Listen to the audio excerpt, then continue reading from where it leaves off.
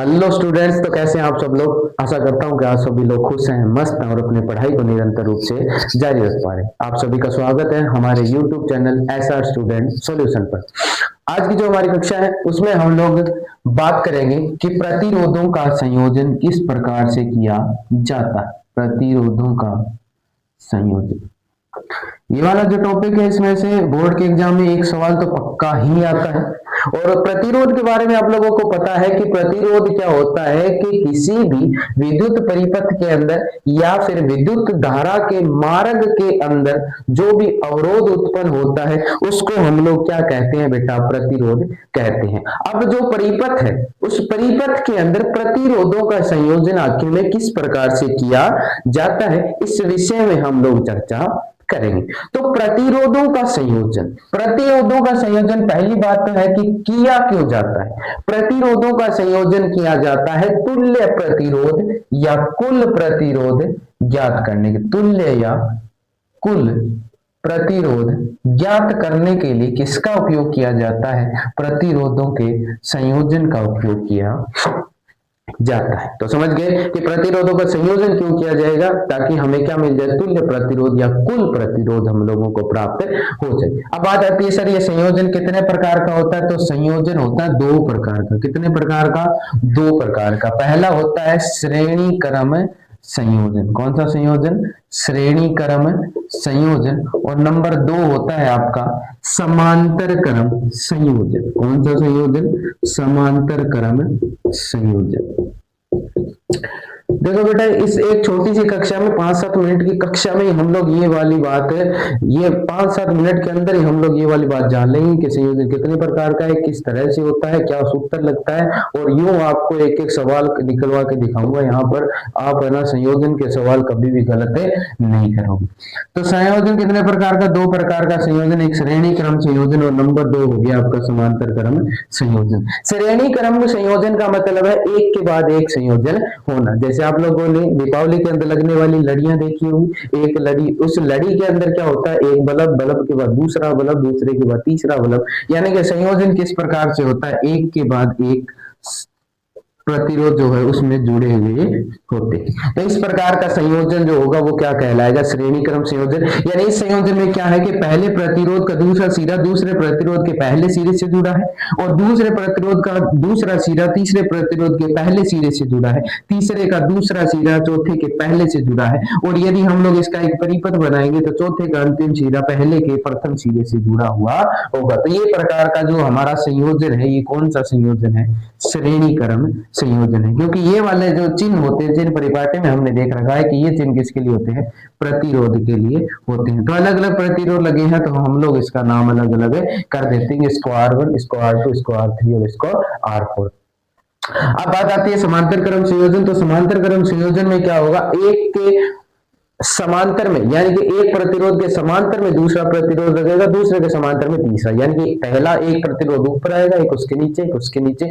यानी कि कोई भी ऐसे नहीं है कि एक के बाद दूसरा, दूसरे के बाद तीसरा, तीसरे के बाद चौथा, ऐसा नहीं होगा। इसमें कैसे होगा, मान लो ये एक प्रतिरोध आ गया, इसके नीचे एक और प्रतिरोध आ गया, इसके नीचे भी क्या आ गया, एक प्रतिरोध और आ गया। समांतर क्रम संयोजन में जितने भी प्रतिरोध जुड़े हुए होंगे, सारे के सारे प्रतिरोध कॉमन तार से जुड़े हुए होंगे। किससे जुड़े होंगे, कॉमन तार से जुड़े होंगे। अब कोई कहेगा कि सर श्रेणी क्रम संयोजन में विद्युत धारा का ज्यादा प्रवाह होता है या समांतर क्रम संयोजन में। तो हमेशा ध्यान रखना, श्रेणी क्रम संयोजन में क्या होगा, विद्युत धारा का अधिक प्रवाह होगा। होगा कि नहीं होगा। और इसके अंदर क्या होगा, विद्युत धारा का कम प्रवाह होगा। परंतु समांतर क्रम संयोजन और श्रेणी क्रम संयोजन क्यों किए जाते हैं। पहले बात तो ये कि श्रेणी क्रम संयोजन में क्या, अगर एक भी प्रतिरोध खराब हो गया तो बाकी के आगे के जितने भी प्रतिरोध या जितने भी डिवाइस लगे हुए सारे के सारे खराब हो जाते हैं। समांतर क्रम संयोजन में मान लो ये वाला खराब हो गया तो विद्युत धारा यहाँ से प्रवाहित हो जाएगी, परिपथ नहीं टूटता। ये मान लो ये दोनों खराब हो गए तो यहाँ से विद्युत धारा का प्रवाह हो जाएगा, परिपथ नहीं टूटता। समझ गई क्या। और इससे हम लोग क्या है कि अलग अलग उपकरणों के अंदर अलग अलग मात्रा के अंदर विद्युत धारा का प्रवाह कर सकते हैं। अब बात आती है कि सर तुल्य प्रतिरोध कैसे ज्ञात किया जाएगा। तो श्रेणी क्रम में यदि आप लोगों को तुल्य प्रतिरोध ज्ञात करना है तो फॉर्मूला लगाना है, RS बराबर R1 plus R2 plus R3 plus R4 that's on, यानी और जितने भी प्रतिरोध आपको दिए गए हैं वो सारे के सारे आप लोगों को इस प्रकार से जोड़ देने हैं। यदि बात आती है कि सर समांतर क्रम संयोजन में हम लोग कैसे किसी भी प्रतिरोध का क्या करें कि संयोजन कैसे करें, तुल्य प्रतिरोध कैसे ज्ञात करें, तो इसका एक सूत्र याद रखना आप लोग। इसका सूत्र क्या होता है, 1/RP बराबर 1/R1 plus 1/R2 plus 1/R3 plus 1/R4 that's on. समझ गए क्या? यानी कि श्रेणी क्रम संयोजन में तुल्य प्रतिरोध ज्ञात करने का सूत्र क्या, RS बराबर R1 plus R2 plus R3 plus RA4। और यदि समांतर क्रम में बात है तो 1/RP बराबर 1/R1 plus 1/R2 plus 1/R3 plus 1/R4 that's on. इस प्रकार से चलता रहेगा। यानी कि आपको मैंने कोई भी सवाल दे दिया तो अब बात आती है कि सर किस प्रकार हम लोग सवालों में इसके बारे में पता कर सकते हैं, है ना। एक बात का ध्यान रखना कि ये जो भी आपके संयोजन होते हैं ना बेटा, इसमें विद्युत धारा का मान क्या होता है, समान होता है। विद्युत धारा का मान क्या है, इसमें समान ही होता है ना। बाकी विभवांतर का मान अलग अलग तार के सिरों पर अलग अलग होता है। अब हम लोग सवाल करके देखेंगे कि किस प्रकार से श्रेणी क्रम संयोजन के सवाल आते हैं, किस प्रकार समांतर क्रम संयोजन के सवाल आते हैं, किस प्रकार हम लोग इनका तुल्य प्रतिरोध ज्ञात करेंगे। हाँ तो बेटा अब हम लोग क्या बात कर रहे हैं कि सवाल करके देखते हैं हम लोग कि सर किस प्रकार से पहली बात तो ये कि सवाल तुम देखो कि किस प्रकार तुम श्रेणी क्रम संयोजन पहचानो। ये कैसा संयोजन, श्रेणी क्रम।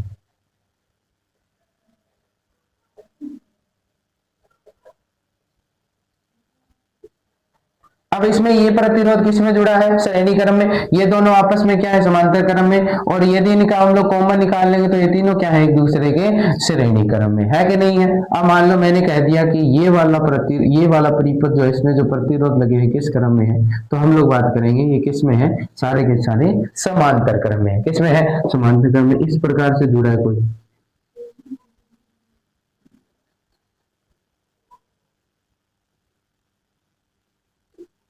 तो ये किस क्रम में जुड़े हैं, ये दोनों आपस में क्या है, समांतर क्रम में। ये तीनों ही क्या है, समांतर क्रम में है।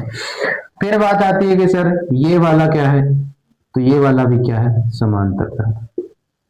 समझ गए क्या। अब सवाल आता है कि मैंने आपको एक सवाल दिया, क्वेश्चन देखो कि एक 2 ओम प्रतिरोध ये जुड़ा है, 2 ओम ये है, 2 ओम ये, 2 ओम 2 ओम 2 ओम और 2 ओम का प्रतिरोध जुड़ा। यहाँ बिंदु ए है, यहाँ बिंदु बी है। आपको पूछा गया बिंदु ए से बीच के मध्य तुल्य प्रतिरोध या कुल प्रतिरोध का मान ज्ञात करो। तो तुल्य प्रतिरोध या कुल प्रतिरोध का मान हमें ज्ञात करना, पहले तो ये पता करो कि कौन सा संयोजन है, श्रेणी क्रम के समांतर क्रम। अब मुझे दिख गया सर इसमें कोई भी एक दूसरे के समांतर नहीं। आप कहोगे सर ये तो इसके समांतर ही है। बेटा इसको ऐसे सीधा कर ले, है ना, इसको ऐसे सीधा कर ले। जैसे ही सीधा करेगा तो देखेगा सारे सारे एक सीरीज में ही है ना। ऐसा थोड़ी है कि सारे, मान लो ये ऐसे था, ये इसके साथ भी और इसके साथ दोनों कंबाइन एक ही तार के साथ जुड़े थे, ऐसा तो नहीं है ना। ये तीनों है ही एक ही तार में, ठीक है। तो RS बराबर R1 plus R2 plus R3 plus RA4। तो यदि हम इसको जोड़ेंगे तो 2 ohm plus 2 ohm plus 2 ohm plus 2 ओम, 2 4 6 8। तो RS टोटल तुल्य प्रतिरोध का मान कितना आ गया आपका, 8 ओम आ गया। समझ गए क्या। अब यही मान लो कोई वस्तु श्रेणी क्रम में जुड़ी होती है, ऐसे जुड़ा होता, मान लो यही सवाल देखो, इसमें एक आपको 1 ओम का दे दिए, ये 2 ओम का दे दिए, 3 ओम का दे दिए, और आपको पूछा गया कि ये बिंदु बी के ऊपर पहुंचती है जब यहाँ पर कितना तुल्य प्रतिरोध आपको दिखाई देगा, या फिर ये कह रही है बी के मध्य, ए और बी के मध्य कितना तुल्य प्रतिरोध आपको मिल रहा है। तो तुल्य प्रतिरोध आप पता है कि एक दूसरे के समांतर क्रम में है, तीनों किससे जुड़े, एक सिंगल तार कंबाइन कॉमन तार से जुड़े हुए हैं। तो ये कौन से क्रम है, समांतर क्रम संयोजन है। तो ये लगेगा 1/R1 plus 1/R2 plus 1/R3। तो 1/RP बराबर क्या हो जाएगा, 1/1 प्लस 1/2 प्लस 1/3। अब इन सब का यदि हमें कॉमन लेंगे, लैसे लेंगे तो क्या आएगा, 6 आएगा। तो 6 प्लस 2, 6 में 2 से डिवाइड किया तो कितना आएगा, 3, 3 में 2 3 प्लस 2 बराबर 6 3 9 9 2 11 11/6। ये इसका क्या आ गया, तुल्य प्रतिरोध आ गया। मान लो ये वाला सवाल था, इस वाले सवाल में यहाँ 2 ओम दे दिए, यहाँ 2 ओम दे दिए, यहाँ 2 ओम दे दिए। तो मुझे पता है तीनों समांतर क्रम में जुड़े हुए हैं, तो क्या होगा, 1/2 ओम प्लस 1/2 ओम प्लस 1/2 ओम, है ना। तो ये कितना आ गया, 2 कॉमन लेते ही 1 प्लस 1 प्लस 1 बराबर 3/2 ओम आ गया, है ना। ये वाला सवाल देखो, ये वाला सवाल हम यहाँ कर लेते हैं कि ये मैंने क्यों ले लिया वायर, ये 2 ओम था, ये 1 ओम था और ये 1 ओम था। अब मैंने कहा कि इसमें ए और बी के मध्य क्या बताओ, मुझे तुल्य प्रतिरोध बताओ। तो ये वाला क्या है, समांतर क्रम में है, तो यहाँ पर क्या होगा, और ये वाले क्या है, R2 और R3 किस क्रम में है हमारे समान, तो ये समांतर क्रम में और ये किस क्रम में, हमारा श्रेणी क्रम में, है ना। तो ये श्रेणी क्रम में, ये समांतर क्रम में, तो हम ऐसा कर लेते हैं, समांतर क्रम वाले की पहले वैल्यू निकाल देते हैं। तो इसकी वैल्यू कितनी बनेगी, 1/R1 प्लस 1/R2। तो इसका मान भी 1 ओम था, इसका मान भी 1 ओम था, तो 1/1 प्लस 1/1, 1 कॉमन लेते ही ये कितना आ गया, 2/1। तो RP का मान कितना आ गया, 2 ओम आ गया। 1/RP का मान कितना आ गया, 2 ओम आ गया, है ना। तो RP का मान, ये 1/RP यानी कि इसका पूरा का पूरे का मान क्या आ गया, इसका पूरे का पूरे का क्या मान आ गया, 2 ओम आ गया। तो अब यहाँ पर ये किस में आ गया, मैं इसको कंबाइन ऐसे लिख सकता हूँ, 2 ओम, ये कितना है, 2 ओम। तो RS तुल्य प्रतिरोध बराबर R1 प्लस R2। तो R1 का मान कितना है, 2 ओम, और इसका भी कितना है, 2 ओम, तो बराबर कितना होगा, 4 ओम। इस प्रकार से हम लोग सवालों को हल कर सकते हैं। तो सीधी सी बात ये याद रखना कि यदि श्रेणी क्रम संयोजन है तो एक ही लाइन में होंगे, उनको फटाफट से जोड़ देना। समांतर क्रम संयोजन है तो एक बात ध्यान रखना, तीनों एक लाइन में तो नहीं होंगे, मगर एक के नीचे दूसरा, दूसरे के नीचे तीसरा, इस प्रकार से होंगे कि दोनों एक दूसरे के क्या हो, समांतर हो। तो उस समय सूत्र लगेगा 1/RP बराबर 1/R1 plus 1/R2 plus 1/R3, और तुल्य प्रतिरोध का मान हम लोग यहाँ पे कर लेंगे। इस तरह के सवाल बहुत ज्यादा आते हैं। परिपथ में आपको पहले तुल्य प्रतिरोध ज्ञात करना होता है, फिर तो वही फॉर्मूला V बराबर IR, I बराबर V/R, R बराबर V/I, इस प्रकार के सूत्र लगेंगे और आप लोग आंसर निकाल लेंगे। मेन क्या है कि आपको तुल्य प्रतिरोध ज्ञात करना, वो इन 2 सूत्रों से आप लोग ज्ञात कर सकते हैं। और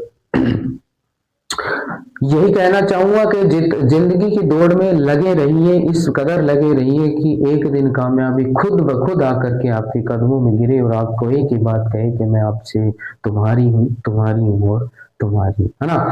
तो आशा करता हूँ कि आप लोगों को आज की कक्षा अच्छी लगी होगी, जो मैंने चीजें बताई हैं वो आपको बेहतर रूप से समझ आई होंगी, और आगे की जो कक्षाएं होंगी उसमें इसी प्रकार से हम लोग आपको जितनी भी इम्पोर्टेंट चीजें हैं उनके बारे में बताते रहेंगे। और आशा करता हूँ कि आप लोगों को आज की कक्षा बहुत अच्छी लगी होगी। तो आज के लिए बस इतना ही। थैंक यू, धन्यवाद, राम राम, जय हिंद, खुश रहो।